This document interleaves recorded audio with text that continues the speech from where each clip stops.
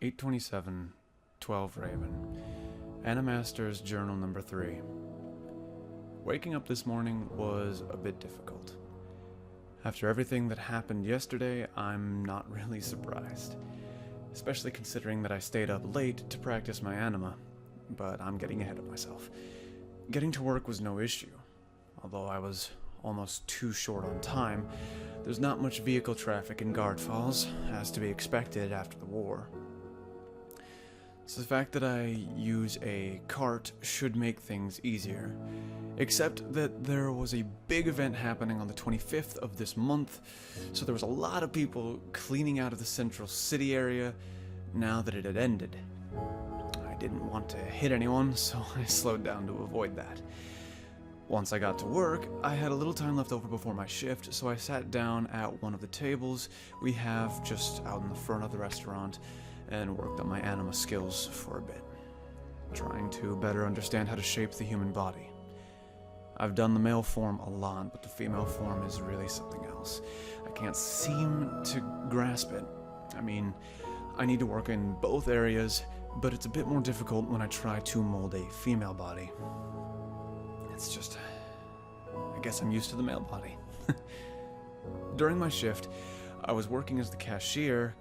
I've been told I'm good at it, and that I'm very personable. I don't mind being the cashier either. Working with people seems to make the day go by faster than most of the other tasks at work. The chef at the time was a Demalran man named Naram.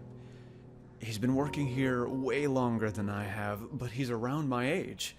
It's really unique for a Demalran to be so young and working in a human society.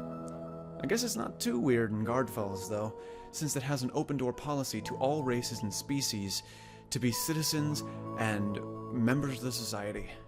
Where I was from, most people didn't care much for Demalrans, or Leffen, for that matter.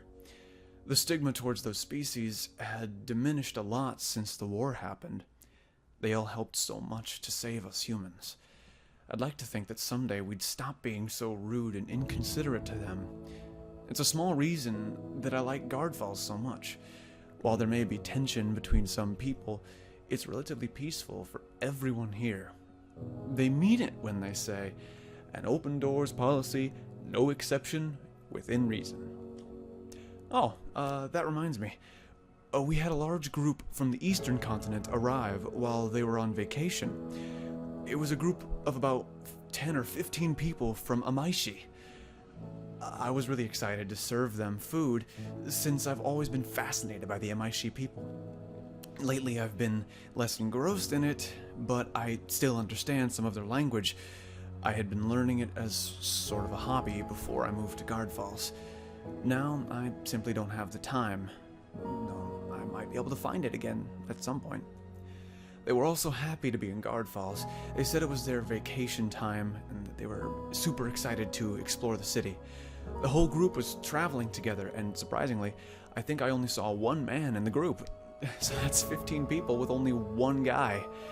He didn't look any older than myself, and even more surprising to me was that he knew the least of the Western language out of all of them.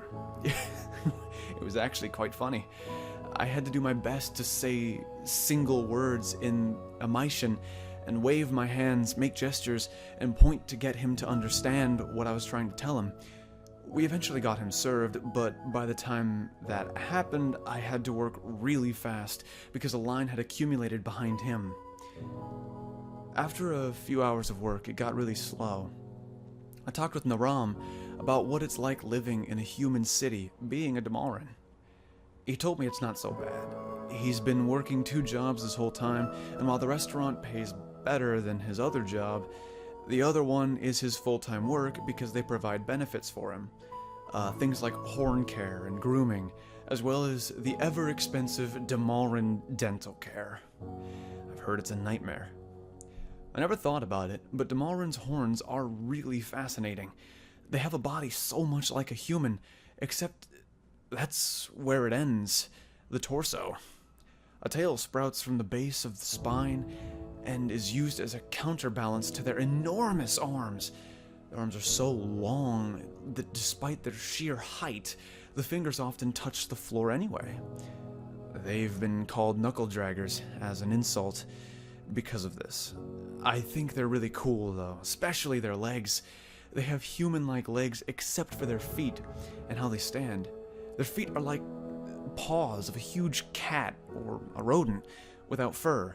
4 toes, 2 large middle toes, and 2 smaller toes on either side for balance.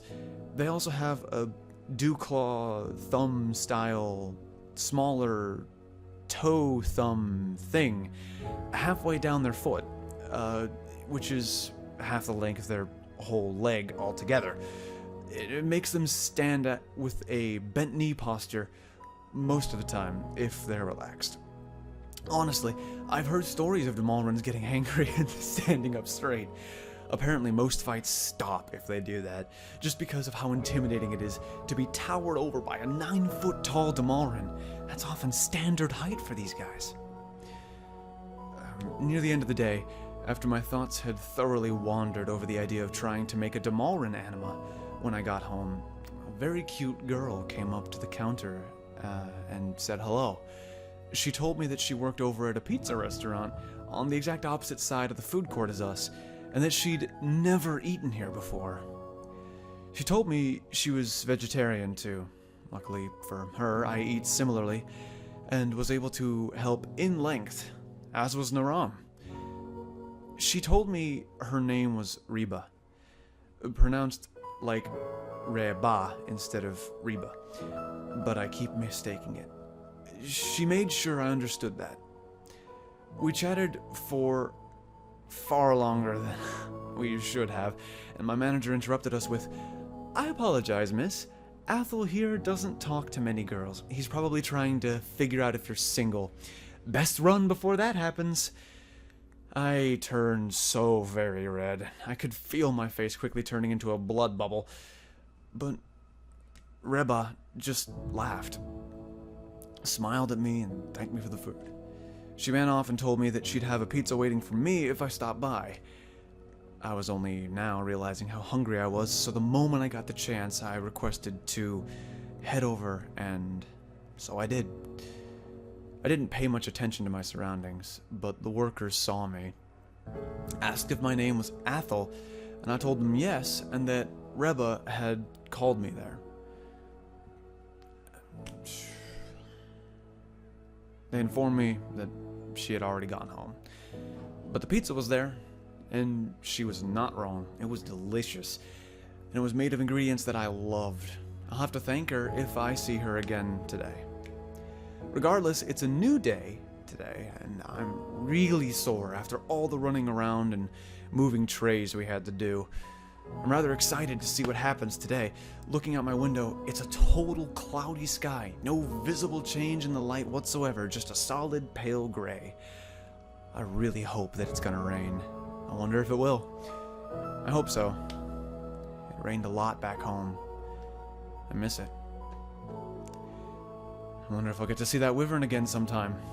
I'd like to know what breed it was. It might have been a Sarral, or even a Solral. I'm getting ahead of myself. And just like at work, I'm only just realizing how hungry I am. Time to eat.